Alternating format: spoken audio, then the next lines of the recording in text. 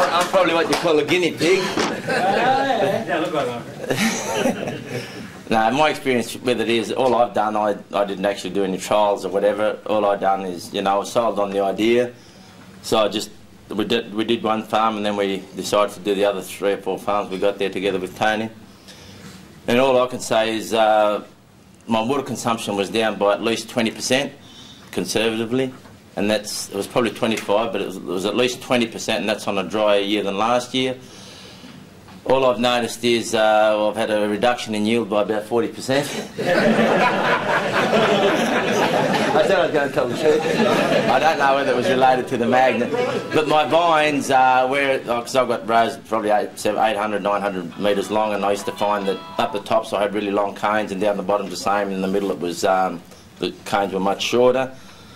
All I found, you know, even when I was harvesting, even now that I'm trimming now, you go down you know, even in the middle it's fairly balanced. The cones are just as long in the middle as what they are at the top.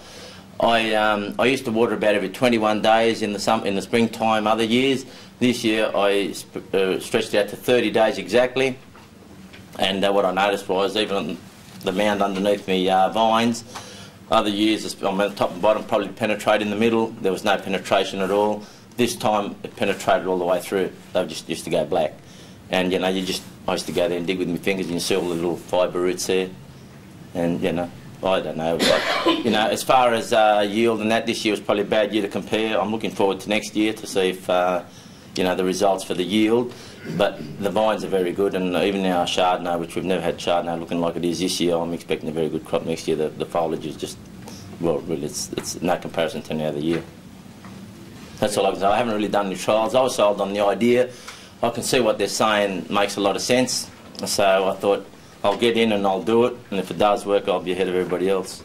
Thank you. Thank you. So. Frank, just a quick question. Because you put vines in a farm that had never had horticulture before, but it was exposed to flood. Was that exposed? Yeah, to flooding. Do you think that maybe because you watered horticultural practices, that some of the problems started rising back on your vines and possibly affected them, and so what you've done now is with this new type of water, it's maybe helping the vine and keeping that salinity back down? I don't know if there's any salinity, but they tell me that, I mean, all soils have got a lot of phosphorus tie-ups for starters in this area. Yeah. And from what Jim was telling me, when you magnetise water and irrigate, it unties all the tie-ups that you've got in the soil. Yeah. And I think I've noticed a lot of that.